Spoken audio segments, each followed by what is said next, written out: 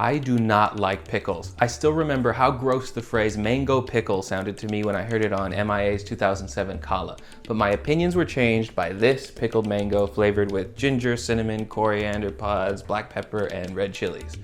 Now the fruit is sweet, tangy, a little spicy, and these little pickled peppers are an excellent byproduct on a sandwich or a slice of pizza. So when I say pickled fruit, think less along the lines of a beautiful crisp cucumber transforming into a giant soggy turtle dick, and more like preserving and even enhancing the juicy fruits of summer to last all season long. So here's a basic recipe for pickled pineapple. It uses a cup of plain distilled white vinegar, a half cup of sugar, and a tablespoon of salt. You bring it all to a simmer, just enough to melt the sugar, and once that's all cooled down a little bit, you pour it into a glass jar full of fresh pineapple along with any other flavors you might want to incorporate, like again, ginger or chili peppers. This time I used blood orange zest. As long as everything stays submerged and refrigerated, this jar could last several months. While on the topic of preservation and pineapples, I do want to take a moment to discuss tepache. Next time you enjoy a nice organic pineapple, whether it's for pickling or any other use, I implore you to save the core and the rinds instead of throwing them out. Pineapples are covered in a wild yeast that thrive and multiply in a jug of water along with a cinnamon stick, a habanero, some panela, and a big pinch of whole cloves. Tepache is Mexican, so that's why you'd typically find this Mexican sugar used to sweeten it.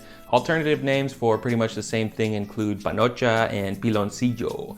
You could use brown sugar if you're scared of shopping in the ethnic foods aisle, or even say raw coconut sugar if you want to introduce some pina colada adjacent flavor and avoid turning the liquid brown. The point of the sugar is to feed the yeast. The color and the flavor of said sugar is up to you. Let this hang out in a cool, dark place with a breathable top like a coffee filter and rubber band, or a kitchen towel and a blender lid. You need to let the liquid breathe without letting the fruit flies come take a bath in it. While fermenting, you will notice the accumulation of a skimmable white scum. Don't let this scare you off. The only times I've ever made unfavorable tepache were the results of using underripe pineapples and not from contracting botulism. Here's how to avoid that off-putting unripe flavor, and this is good advice for multiple occasions. Anytime you're about to partake, smell the bottom before tearing in. Sniffing the butt is a good way to check its ripeness because how it smells is how it's gonna taste. Take it from me, before munching on something that's made primarily out of skin, sniff the butt. After 3 days of fermentation, you'll have made tepache, a probiotic and technically alcoholic-ish pineapple soda. It's really good on its own, not too sweet, and happily mixed with beer for a radler or tequila for a cocktail.